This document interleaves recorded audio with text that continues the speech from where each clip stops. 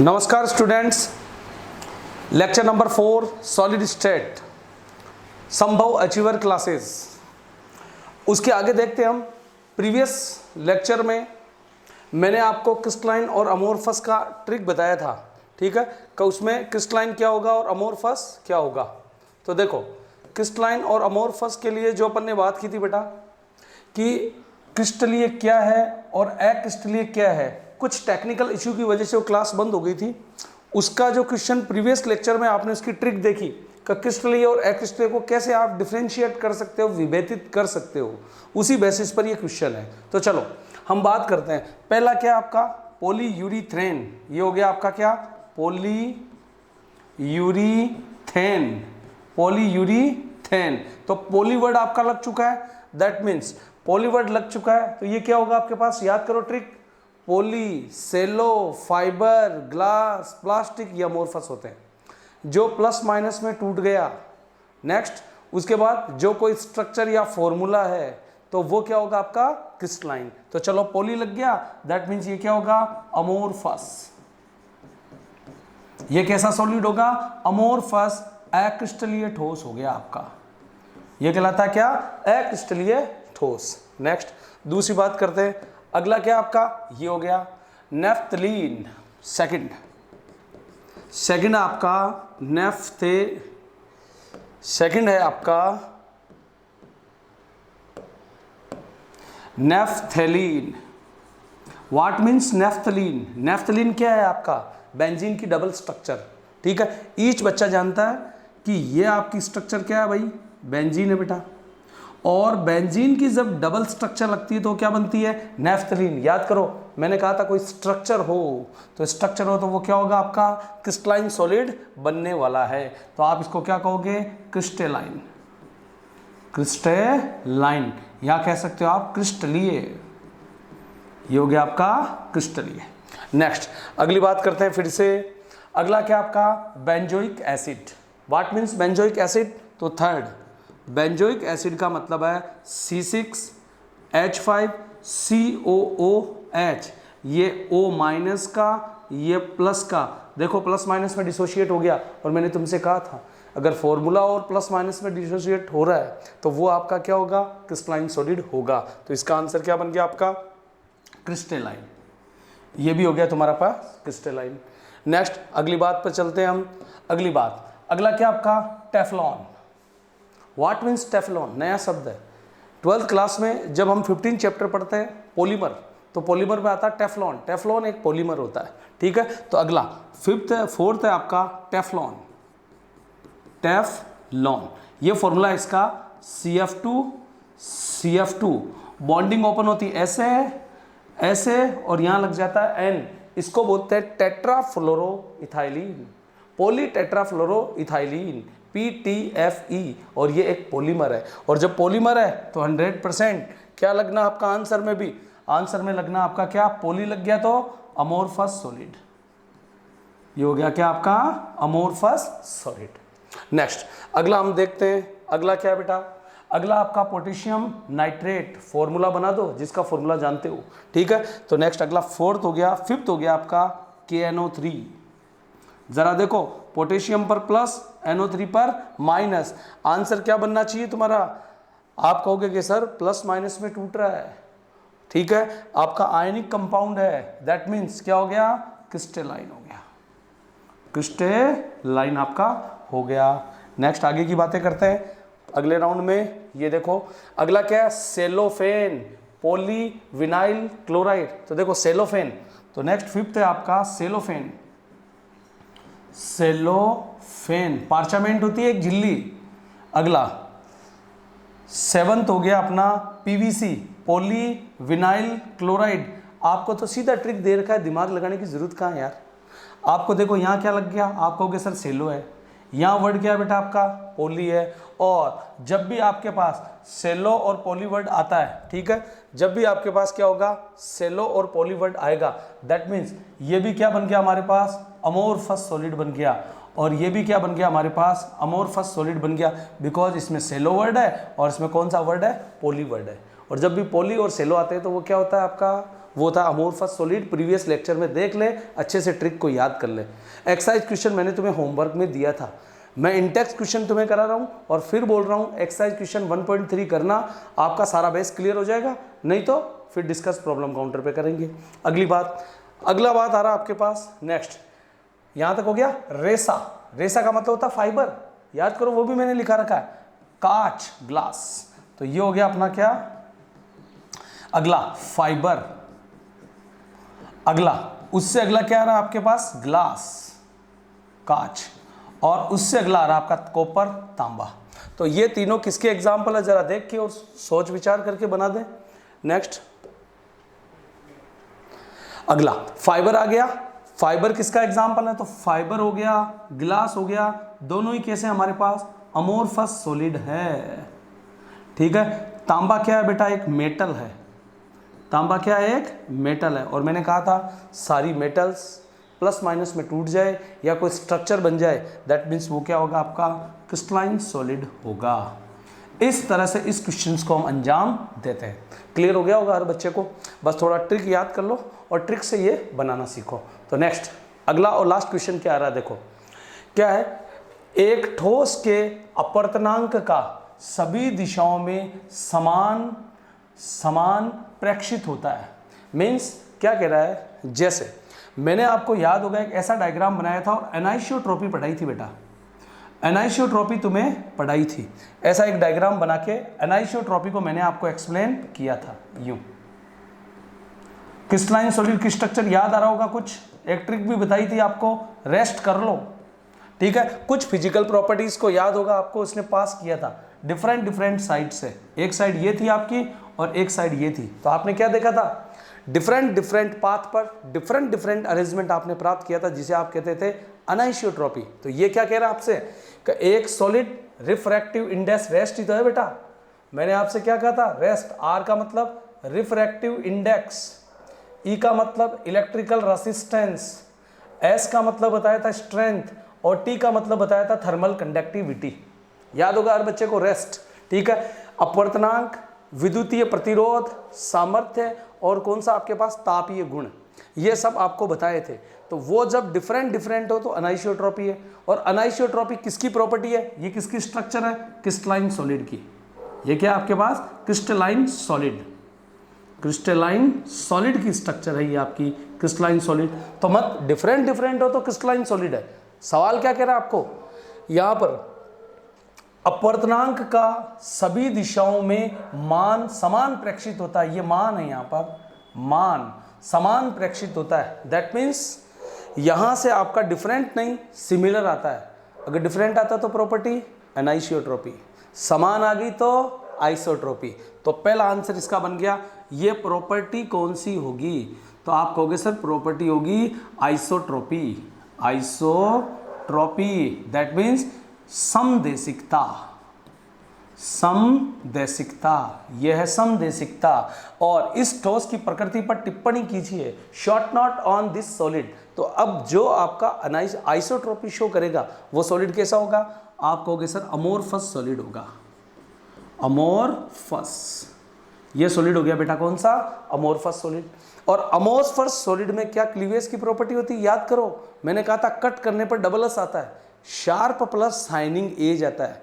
और वो किसकी प्रॉपर्टी थी, क्रिस्टलाइन सॉलिड की। क्या अमोर्फस की है, तो आप क्या कहोगे, डजंट हैव क्लीवेज प्रॉपर्टी। विदलन का मतलब होता है क्लीवेज, इसका मतलब क्या हो गया, क्लीवेज। तो डजंट हैव क्लीवेज प्रॉपर्टी, यह क्लीवेज की प्रॉपर्टी शो नहीं करता है। क्लियर हो गया क्वेश्चन सबको, कंसेप्ट क्लियर है तो क्वेश्चन भी हो जाएंगे। खास बात यह है पढ़ने के बाद बेटा क्वेश्चन सोल्व करो, कंसेप्ट इजीली सोल्व हो जाएंगे। ठीक है। नेक्स्ट उसके बाद आगे चलते हैं। अब ये देखिए नया टॉपिक आ रहा है आपका, अगला टॉपिक है आपके पास space lattice. Next topic space lattice and unit cell. अगर मैं हिंदी की यहाँ पर बात करूँ कि हिंदी में इसका नाम क्या होगा, तो आप क्या कह सकते हो, इसका मतलब है त्रिविम जालक। वह इसका नाम है एकक कोष्टिका, मात्रक कोष्टिका, एकक कोष्टिका, एकक कोष्टिका, यूनिट सेल। ठीक है, किसे कहते हैं ये, हम किसे कहते हैं? तो देखो मैं सीधा सीधा एक कंसेप्ट बनाता हूँ। सभी बच्चे पढ़ने जाते हैं तो स्कूल में जाते हैं और घर में रहते हैं। घर में आपका एक कमरा है और वो कमरा, एक कमरा, दो कमरा, तीन कमरों से ही मकान बनता है। तो आपके घर का जो कमरा है ना बेटा, वो तो आपकी यूनिट सेल कमरा, या जिस कमरे में बैठकर आप स्कूल जा रहे हैं, पढ़ाई कर रहे हैं, वो क्लासरूम तो आपका क्या है? Unit cell. और जब क्लासरूम क्या करेगा, बहुत सारे क्लासरूम से क्या बन जाएगा? एक हाउस बन जाएगा या एक स्कूल बन जाएगी। एक क्या बन जाएगी? स्कूल। वो है आपका क्या? त्रिविम जालक। क्लियर होगी? आड़ू भाषा में परिभाषा बोलो। आप कहोगे स्कूल के निर्माण में भाग लेने वाला, स्कूल को फॉर्म करने वाला एक छोटा सा सेल क्या कहलाता है? आपका यूनिट सेल। मैं कहता हूँ स्कूल किसे कहते हैं? आप कहोगे कमरा कमरा कमरा कमरा। कमरे के बार बार रिपीटिशन से बनी एक कॉम्प्लेक्स, एक जटिल संरचना क्या कहलाती है? आपकी स्पेस लैटिस। तो स्कूल आपका स्पेस लैटिस है और कमरा क्या है? आपका यूनिट सेल। क्या कहोगे? 3D में, ठीक है, क्या कहोगे? ए स्मॉलेस्ट, या पहले आप यूनिट से इसकी स्पेस लैटिस की परिभाषा लिख लो। स्पेस लैटिस किसे कहते हैं? By the repetition of, by the repetition of, by the repetition of unit cell again and again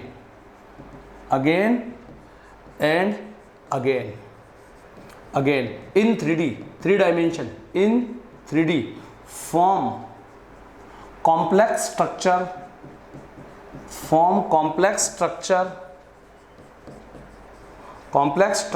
is known as बोलो क्या? Space lattice.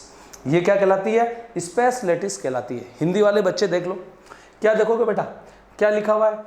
यूनिट सेल की एकक कोष्टिका की बार बार पुनरावृत्ति से 3D में बनी संरचना क्या कहलाती है? आपकी स्पेस लैटिस या त्रिविम जालक कहलाता है। आगे बात समझ। अब तुमसे पूछ रहा है क्या? दूसरी बात, एकक कोष्टिका यूनिट सेल किसे कहते हैं? तो इसका उल्टा बोल दो।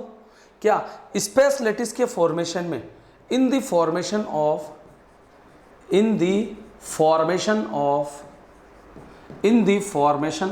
Space lattice, in the formation of space lattice, smallest portion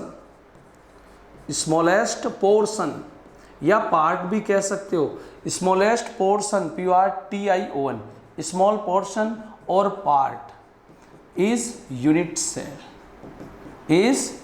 cell कह सकते हो। त्रिविम जालक के निर्माण में भाग लेने वाला एक सूक्ष्मतम भाग क्या कहलाता है? आपका बोलो, एकक कोष्टिका कहलाती है। अरे भाई, इंसान भी तो ऐसा है यार। इंसान का निर्माण कैसे हुआ? आदमी कैसे बना? आप कहोगे सर एक स्मॉलेस्ट सेल थी। स्मॉलेस्ट सेल बार बार क्या हुई? डिवीज़न हुआ, विभाजन हुआ और इतना बड़ा इंसान बन गया। तो छोटा सा जब इंसान पैदा हुआ, छोटा सा एक पार्ट था जो सेल थी, वो तो यूनिट सेल है। और अब जो आप एक कॉम्प्लेक्स स्ट्रक्चर देख रहे हो, वो क्या आपके पास? एक बोलो, स्पेस लैटिस है। क्लियर है? इस डायग्राम से देख लो आप बात को अगर आप डायग्राम से देखोगे ना बेटा, तो इस डायग्राम में तुम क्या देखोगे कि ये पूरा एक स्पेस लैटिस है। इसमें आप ध्यान से देखो कि छोटी छोटी स्ट्रक्चर देखो, ऐसी छोटी स्ट्रक्चर दिखाई देगी आपको। ये एक ऐसी, ये एक यूनिट सेल है और ऐसे यूनिट सेल के डिवीजन से बहुत सारी, किसी एक को पकड़ लो कि यहाँ पर जैसे आपके पास क्या है, यहाँ पर तुम्हारे पास यहाँ इस एक यूनिट में यहाँ पर ये देखो, ये यूनिट सेल होगी आपकी एक। इसको ध्यान से देखोगे तो अंदर ये आपकी एक यूनिट सेल है, ये छोटी सी एक यूनिट सेल है। जब ये यूनिट सेल एक, फिर ऐसे 3D स्ट्रक्चर है ये, ठीक है, 3D स्ट्रक्चर है तो ये आपको जो ज्योमेट्री दिखाई देगी ऐसी ही ज्योमेट्री दिखाई देगी इसमें। क्लियर है सब बच्चों को? तो ये आपके पास क्या, एक जैसे एक स्ट्रक्चर बन रही है इसकी ऐसे, वैसे ही यहाँ से आपकी दूसरी बन गई, तीसरी बन गई। 3D स्ट्रक्चर है, कंटिन्यूस बार बार रिपीट हो रहा है और इस रिपीटिशन से हमें क्या प्राप्त होता है? स्पेस लैटिस बनता है। तो ये आपका कॉपर का, यूँ देखो, एक छोटी सी यूनिट सेल यहाँ तक और जब बार बार इसका डिवीजन हुआ तो ये कॉम्प्लेक्स स्ट्रक्चर बन गई, और इसी को हम क्या बोलते हैं, स्पेस लैटिस बोलते हैं। क्लियर है? यूनिट सेल और स्पेस लैटिस। यहीं पर कुछ बातें मैं तुम्हें और क्लियर करना चाहता हूं। देखो यहां पर कुछ बातें हम और क्लियर करें।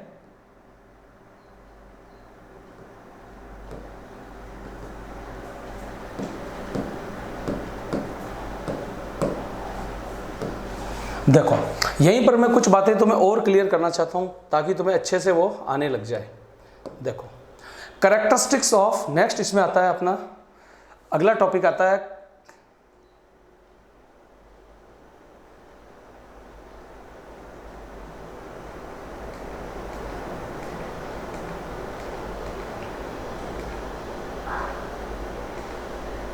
चलो इसी पे देख लेते हैं। तो यहां आएगा अपना कैरेक्टरिस्टिक्स ऑफ यूनिट सेल। देखो तो इसके क्या क्या कैरेक्टरिस्टिक्स तुम्हारे पास बनने चाहिए। ठीक है, ये बात क्लियर। आप इसका स्क्रीनशॉट ले लो एक बार ताकि मैं इसको मिटा के, और अब मैं यूनिट सेल के कुछ कैरेक्टरिस्टिक्स आपको बताना चाहता हूं। तो आप बेटा इसका स्क्रीनशॉट ले सकते हैं। ठीक है, इसका स्क्रीनशॉट ले लीजिए आप। नेक्स्ट आगे चलते हैं। अब तो अगली बात तुम्हारे पास क्या आ रही है, ध्यान से देखना हर बच्चा। अगला characteristics of unit cell. Unit cell, ठीक है। एकक कोशिका के गुण, एकक कोशिका के गुणधर्म, क्या क्या उसके गुणधर्म बन सकते हैं। जरा सोचो आप, यूनिट सेल की आपकी क्या क्या प्रॉपर्टी आपकी बन सकती है, यूनिट सेल की क्या प्रॉपर्टी अपनी बननी चाहिए। तो देखो यहां आपको ये गोले दिखाई दे रहे हैं। मैं तो एक बात कह रहा हूं आपसे कि जब भी आपको सॉलिड स्टेट पढ़ना है, कमरा मान लो बेटा, जैसे मैं एक कमरे में पढ़ा रहा हूं आपको, तो कमरे में ये कोने हैं, कोना कोना सबको दिखाई देता है। ये आपका वो कॉर्नर है, सपोज करो ये क्या आपका कॉर्नर। तो ये एक क्या है अपना, ये है अपना, यूं बोल सकते हो स्पेस लैटिस। ये क्या है, या लैटिस पॉइंट बोल दो इसको। ये क्या अपना स्पेस लैटिस में लैटिस पॉइंट है।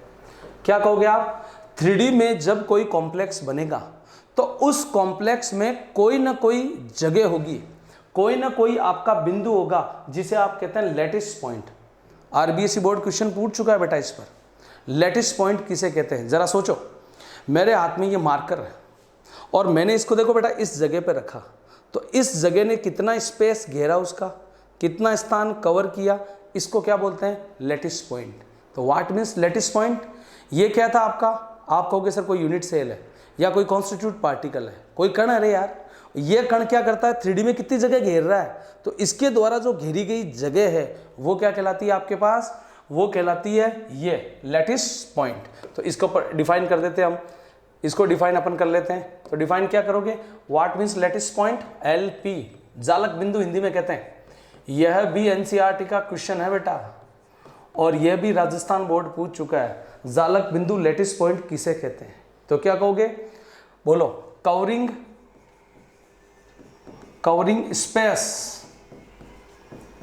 Space by constitute particle. अब बार बार वर्ड बोल रहा हूं यार, कॉन्स्टिट्यूट पार्टिकल मीन्स अवयवी कण।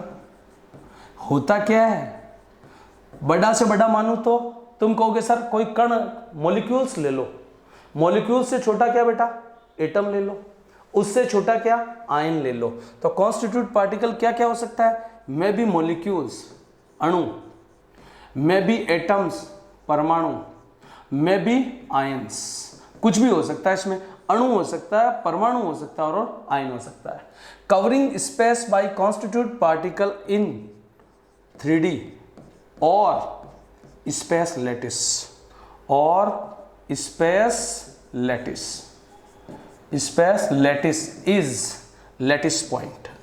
समझ में आ गई डेफिनेशन सबको। लैटिस पॉइंट किसे कहते हैं, अवयवी कण द्वारा 3D में घेरा गया स्थान। ये 3D तो है, पूरी क्या है अपने पास, पूरा लैटिस ही है, जालक है पूरा। ये पूरा क्या अपना जालक है, और जालक में कितना स्थान वो घेरता है। ठीक है, जालक में ये अपना क्या है, जालक है, लैटिस। जालक को बोलते हैं लैटिस। लैटिस में कोई कण जितनी जगह घेरता है उसको क्या कहते हैं, जालक बिंदु। तो कैरेक्टरिस्टिक, जैसे राजस्थान बोर्ड ने सवाल पूछा है, CBSE बोर्ड ने सवाल पूछा क्या करेक्टरिस्टिक्स ऑफ लैटिस पॉइंट, तो आप क्या कहोगे बेटा, आप कहोगे 3D में क्या होता है, कोई ना कोई पॉइंट होता है, कोई बिंदु होता है जहां पर क्या अवयवी कण या मॉलिक्यूल्स, एटम और आइंस बैठते हैं, उसे आप क्या कहते हो, लैटिस पॉइंट, फर्स्ट पॉइंट। अगला सेकंड पॉइंट क्या है, लैटिस पॉइंट क्या रिप्रेजेंट करता है, रिप्रेजेंट क्या करता है, लिखा हुआ है किसी मॉलिक्यूल्स को, अरे भाई खाली जगह है तो कोई आदमी आके तो बैठेगा कि यहाँ कोई आदमी बैठा था, और वो आदमी कौन है 3D में, या तो वो एटम है या वो मॉलिक्यूल्स है, और या क्या आपके पास आइंस है। तो आप क्या कहोगे इस बात को आपको कहना होगा कि लैटिस पॉइंट क्या रिप्रेजेंट करता है, तो आप कहोगे lattice point represents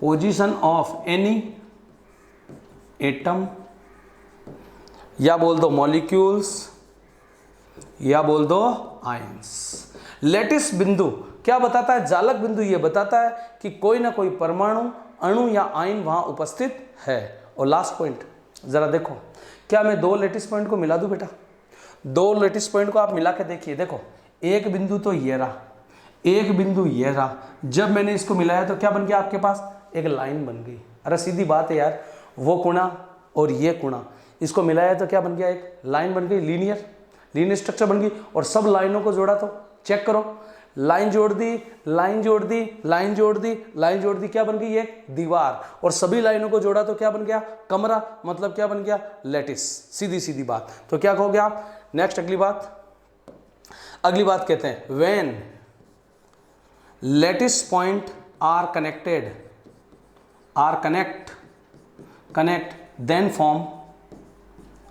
then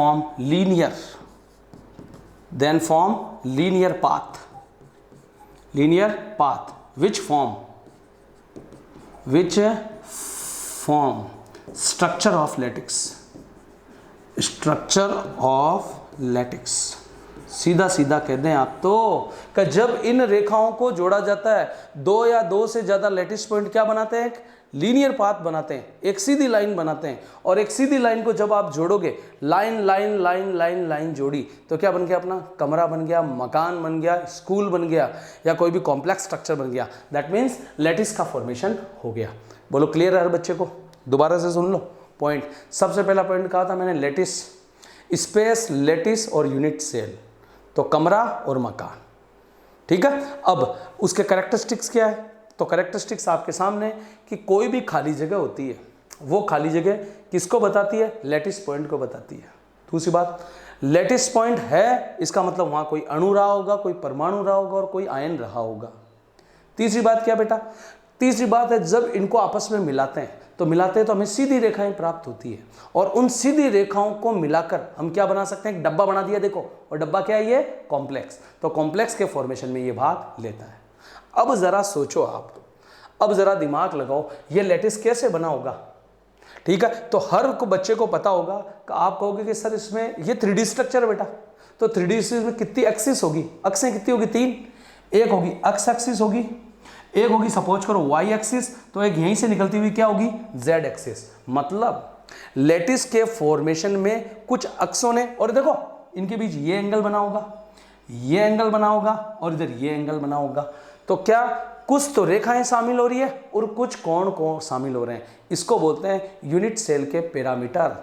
RBSE board और सीबीएसई बोर्ड का क्वेश्चन रहा है, व्हाट मीन्स या how many types of parameter are presents in unit cell.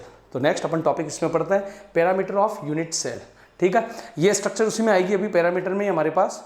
तो अगली बात पढ़ते हैं हम पैरामीटर ऑफ यूनिट सेल, ठीक है। एक बार इसी को इरेज करके यहीं पर कर देते हैं हम काम। देखो अगला आपके पास पैरामीटर ऑफ यूनिट सेल, अगला आ रहा आपका पैरामीटर ऑफ यूनिट सेल। तो यूनिट सेल के क्या क्या पैरामीटर होंगे, किन पैरामीटर, देयर आर 6 पैरामीटर, ठीक है। हिंदी और इंग्लिश में यही कहते हैं बेटा इसको, there are 6 parameter, there are 6 parameter of unit cell. Unit cell के कितने पैरामीटर है? 6 पैरामीटर है। कौन कौन से? आओ बात करते हैं। देखो ये 3 एक्सिस डाल दी बेटा तुमने, ये एक्स वाई जेड, ठीक है। क्या मैं इनको ऐसे कह सकता हूं? A B C. ए और बी के बीच में जो एंगल बनेगा वो होगा, देखो अल्फा और बीटा है नहीं, आपने नाम दे दिया उसको गामा। ऐसे ही बी और सी के बीच में क्या लगा दिया बेटा? अल्फा। ए और सी के बीच में क्या लगा दिया बेटा? बीटा। तो बताओ क्या है? आप कहोगे सर 3 तो एक्सिस है, तो इसको बोलते हैं एक्सियल डिस्टेंस। ध्यान रखना, there are 6 parameter in which 3 are axial distance. अक्षीय दूरियां कहते हैं हिंदी में इसको, अक्षीय दूरियां, ठीक है। ये अक्षीय दूरियां होगी तुम्हारी ए बी सी, और 3 ही क्या होंगे आपके पास? Axial angle. Axial angle alpha beta gamma, इनको बोलते हैं अक्षीय कोण। अक्षीय कोण। आप कहोगे सर पैरामीटर का क्या रोल है? बहुत रोल है बेटा पैरामीटर। अगला टॉपिक जैसे आ रहा अपना सिस्टम, देखो ये टॉपिक आ रहा अपना, ये यहाँ क्या आपके पास इन दो के बीच एंगल कितना है? 90। इनके बीच कितना है? 90। ये 90 आ रहा है, ये भी 90 आ रहा है, एक जैसा ही आ रहा है। पर ये देखो यहाँ पर आपके पास गामा एंगल कुछ अलग है। यहाँ गामा कितना आ रहा है? 120 आ रहा है। यहाँ पर ये सारे एंगल बराबर है, 90 हो भी सकते हैं, 90 से छोटे भी हो सकते हैं। यहाँ पर भी देखिए 90 नहीं लिखा हुआ है, दैट मीन्स या तो 90 से छोटे हैं या 90 से बड़े हैं, या तो इक्वल टू 90 या नॉट इक्वल टू 90। तो इस बात का पता कैसे चलता है? इस बात का पता पैरामीटर से ही चलता है कि जो क्रिस्टल से आपके पास लैटिस के पैरामीटर थे, ये पैरामीटर, इन्हीं से क्रिस्टल का फॉर्मेशन हुआ है। समझ में आ गई बात? तो क्या देयर आर 6 पैरामीटर, 3 तो एक्सियल डिस्टेंस और 3 ही क्या हो गया आपके पास? Axial angle. एक बात, एक नाम और आता है ब्रेविस लैटिस, वो भी इसी पर डिपेंड है। ब्रेविस लैटिस, ठीक है। ब्रेविस लैटिस क्या है? देखो इससे पहले हम पढ़ेंगे crystal system. Crystal system 7 type का क्रिस्टल सिस्टम होता है, ठीक है। तो अगला टॉपिक उसी में आ जाएगा अपना Brevis lattice. Very very most है ये, और इस मोस्ट में ही हमें क्या करना पड़ेगा? इस मोस्ट में ही हमें ये चीजें देखनी पड़ेगी। तो अगला टॉपिक अपन नेक्स्ट क्लास में लेंगे, ब्रेविस लैटिस और क्या अपना टाइप्स ऑफ क्रिस्टल, ठीक है। जब तक के लिए धन्यवाद, थैंक यू।